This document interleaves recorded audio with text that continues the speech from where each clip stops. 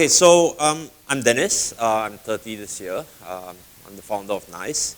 Um, I've been in love with entrepreneurship since I was primary one. I used to sell country erasers to people. So I'd go to the bookshop. I know that, each box had a special, United Nations, they had Singapore. And these were really, really, really rare rubbers. And then, everybody would be like, okay, I want that rubber. And so I'd buy a box. And the box, the auntie would charge me 20 cents. And then after that, I'll just sell it for $1. I think I love the idea of creating value. I think that as entrepreneurs, you should always remember that value is very important. It doesn't matter what you do. It doesn't matter what industry you're in. You have to always think about value for your customers, for everybody in the business chain. And so I went on to run a tuition agency, and then I went on to start an events company, which ultimately ended up as a creative agency. And that was where I fell in love with design. Also, when I was running the creative agency and the previous business before that, a lot of what I thought was important was money. It was very focused on that. It was very focused on profits. It was very focused on how do I make my team work extremely hard without having to pay them so much. And ended up in the hospital. Maybe it's bad karma, I don't know. But I ended up in a hospital with collapsed lung. And it was a painful 6 months. And thank you NTUC, because you guys helped me with my insurance. And I learned something. I learned that life is short. I learned that you have to go and do what you want to do. You have to go and pursue what you're passionate about. And so I started Nice. So what we do and why, just pretty short. Firstly, we make design accessible. So in essence, we're retailers. We help local artisans, local makers, local designers to help them to reach and help them to make their products buyable. At the same time, we help them to educate consumers. Why is buying a local product a bit more expensive compared to buying an overseas product? We feel it's important. We feel that education is important. And so for us, by making design accessible, we're helping people to understand why is it that you need to support your own local economy? Why is it that you need to support designers locally? Because at the end of the day, when you do that, you're promoting that creative culture. You're promoting innovation. So I started the business online. So being completely clueless, here's the fact. You don't need to know everything to be an entrepreneur. I didn't know anything. I didn't know anything about retail. I didn't know anything about e-commerce. I have no idea about how logistics work or what warehousing is or how do you properly inventorize your items. But I just did it anyway. So I started with an online store. Soon it became popular. We started doing pop-up stores, and today we have close to 4 stores in Singapore. And lastly, why I do it is because I really, really love design. I believe that there is value in design. It could be tangible, it could be intangible. And the beauty of it is that design can inspire you to do better. I look at a print, and a print tells me to love my life, to go and do the things that I want to do. And this drives me every day. It's my relationship with that product that I think a lot of us tend to forget. A lot of us tend to not understand that value because we've become so consumed with just buying and trying to get things at a cheaper price that we forget that design does better the lives of you, me. A good chair saves the earth because why? We don't change that chair every 2 days. We live with that chair for 10 years. We even pass down that chair to the next generation of people. And I'm sure all of you have that. Look at the rattan chair that your grandma used to sit on. I'm sure some of you still have it at home. Now, so in this quest to basically try to create value, one of the biggest challenges that I faced as an entrepreneur was money. And to be very honest, in starting a business, everybody always says, oh, you need money, you need to have this, you need to have a team, you need people, and so on and so forth. And so I made I don't know, maybe I was trying to impress my girlfriend then. So I said, okay, I'm going to do this business with $3,000. And she said, yeah, sure. And I said, okay, so I'm going to just do it with $3,000. I'm not going to put in any more money. But yeah, maybe I think now, I was just trying to impress her. But I actually did it. And I started the business with only $3,000. I've not injected any more money. We have not taken funding anywhere else. We are not looking for funding. We've built a sustainable business in 2.5 years with absolutely just no additional funds. $3,000, if you work it out into a year, that's close to, what, $8 a day? You can't do anything. You can't do marketing, you can't buy ads, you can't do anything. And that was the real challenge. That was the beauty of it. But it was also in this challenge that I learned something very, very important. I learned something very important for any entrepreneur here, is that when you have the culture of not having money, this culture goes throughout your organization, and your people start to follow you in that sense. And as entrepreneurs, it's not so much about just you. You as an entrepreneur, you as a founder, you can never be 30 people. You can never be the 100 people. You have to rely on your team. And so because I'm poor, I had to depend a lot. All my competitors, they raised $6 million, raised $7 million. They're big, big companies. They're backed by VCs who have a lot of knowledge in the industry.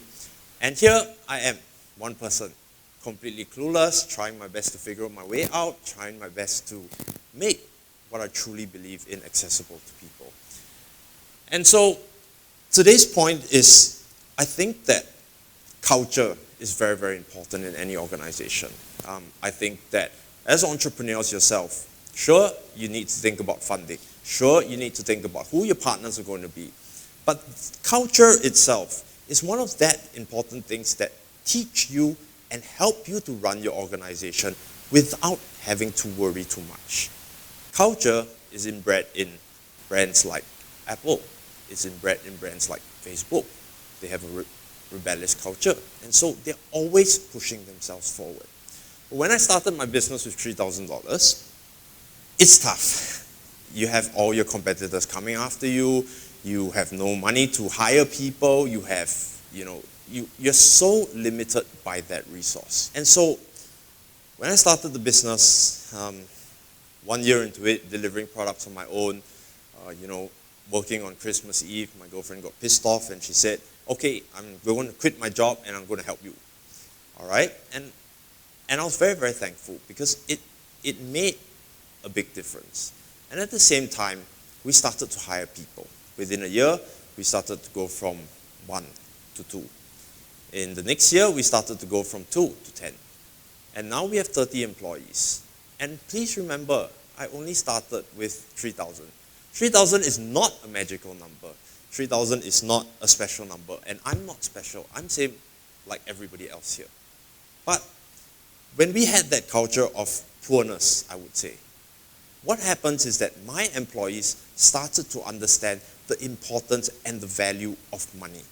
They started to understand the importance that I have to be cost effective.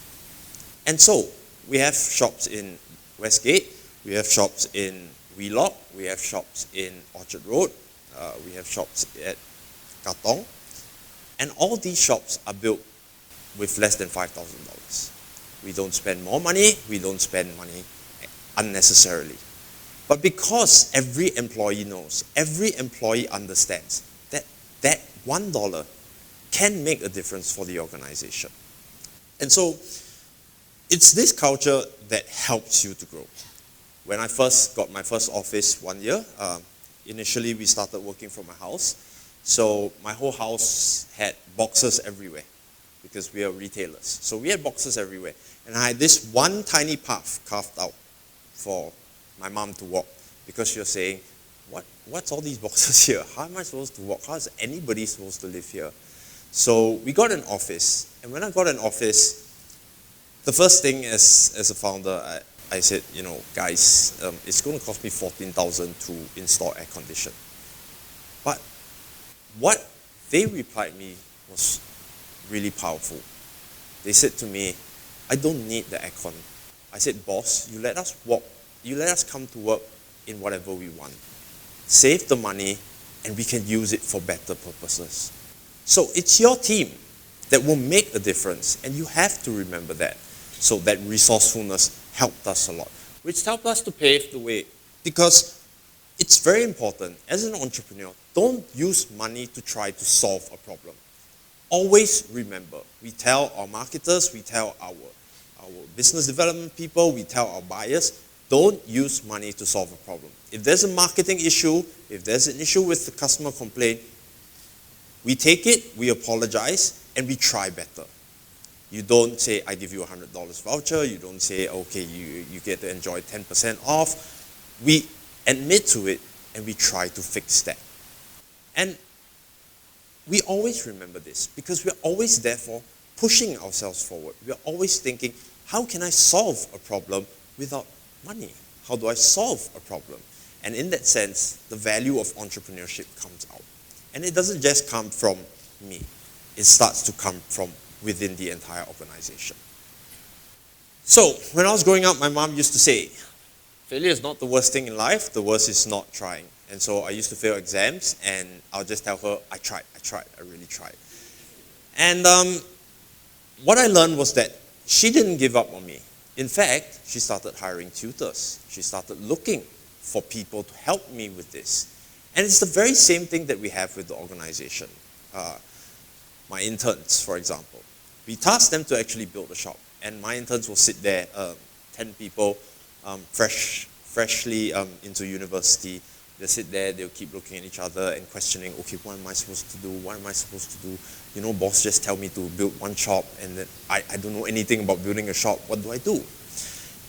But I told them straight. I said, you cannot be afraid to try. You cannot be afraid to fail. All I ask of you is, when you build the shop, ask yourself, will you be proud to ask your parents to come down? And so as a result, we built a culture of empowerment and trust. It doesn't matter whether you're an Ivy League student. It doesn't matter whether or not you're a graduate or you're not. Everybody in my team is treated fairly. Everybody in my team understands that they don't need to have experience, that they don't need a degree, that they don't need to be special, because we let them do what they love.